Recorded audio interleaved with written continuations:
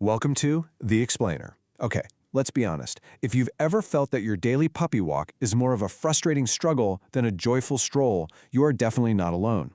So today, we're going to dive into how to build a real walking partnership with your new puppy, turning that daily chore into what it should be, a daily adventure.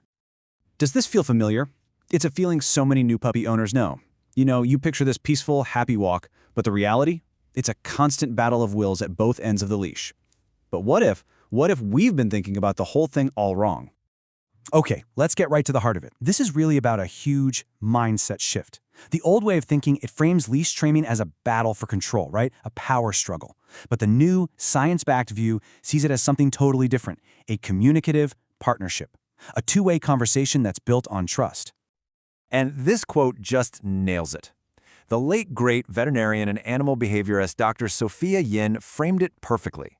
It's not about command and control. Think of it more like learning to dance together, moving in harmony with you as the gentle lead. So, what's absolutely essential to get is that this whole journey, it doesn't start with a leash. It starts with a philosophy. Before we even think about training specific skills, we have to lay down this foundation of trust and positive reinforcement. It's about becoming your puppy's trusted guide to the big, wide world. Now check out this number, 72. What's so important about 72?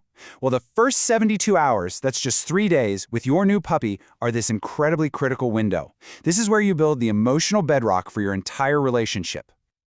So, how do we build this foundation? Well, during those first 72 hours, your main job is to make deposits into what trainers call a bank of trust. See, every single positive experience you create builds up this incredible reserve in your relationship. And trust me, it makes all future training so much easier.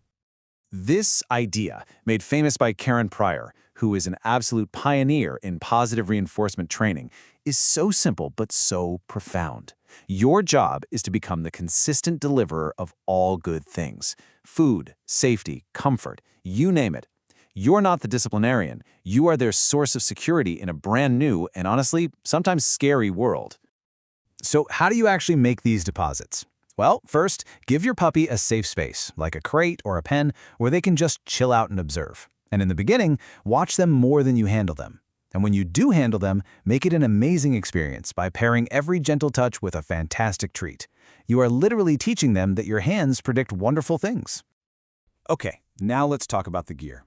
So many of us, we just kind of strap a harness on a puppy and hope they get used to it. But we can do so much better. By turning the introduction of the harness and leash into a fun game, we build a positive association right from the get-go. This four-step process is pure magic. It's actually using classical conditioning to completely rewire your puppy's brain. By pairing the harness with awesome treats at every single tiny stage, you're not just getting them to tolerate it, you're making them love it. Pretty soon, just the sight of that harness will trigger happy dances, not fear or resistance. All right, so you've got a happy, harnessed puppy. Now we can start building some skills. But wait, we're not heading outside just yet.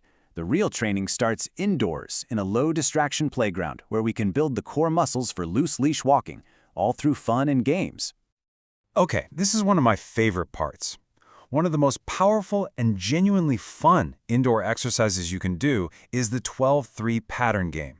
This was developed by the amazing trainer Leslie McDivitt. And listen, this isn't about rigid, boring healing. It's about teaching your puppy that the space right next to you is the best, most rewarding place in the world to be. What's so clever about this game is that it creates this predictable, fun rhythm. Your puppy learns that hearing 1 is their cue to happily pop into that sweet spot right by your leg because they know a reward is coming on 3. It builds incredible focus and a real desire to be close to you, all without a single pull or correction on the leash. And now, the moment we've been building towards. With trust in the bank and skills built up indoors, it's finally time to take the show on the road. But remember, a puppy's first walks, they're not about distance. They're about building confidence in the big, exciting, and sometimes totally overwhelming great outdoors. The most important thing here is to set your puppy up for success. Keep those first walks super short. Let them sniff everything. That's how they process the world, how they read their P-mail. Use your absolute best treats out here and be your puppy's advocate. Your job is to spot potential scary things before they do and just create a little distance. Ah, yes, the question on everyone's mind. Because no matter how well you prepare, your puppy is going to pull. It's not defiance, it's just the world is so exciting. So what do you do in that moment? This is the classic be a tree method, and it works because it speaks the puppy's language. Pulling gets them what they want, right? Forward motion.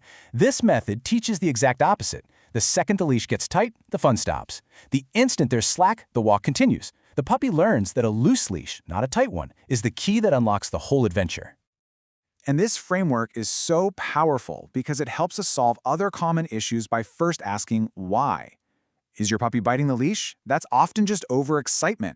So the solution isn't to tug back, but to trade for a toy. Puppy suddenly flattens on the ground, what some people call pancaking. That's a huge signal of fear.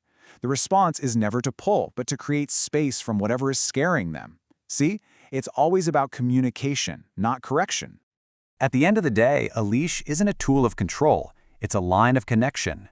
It's a tether that links two partners on a shared journey. And when we shift our perspective from command to communication, that daily walk really does transform from a battle into a dance. With a foundation of trust and understanding, you're not just training a puppy to walk, you're building a partner for life. So the only question left is, what adventures will you unlock together?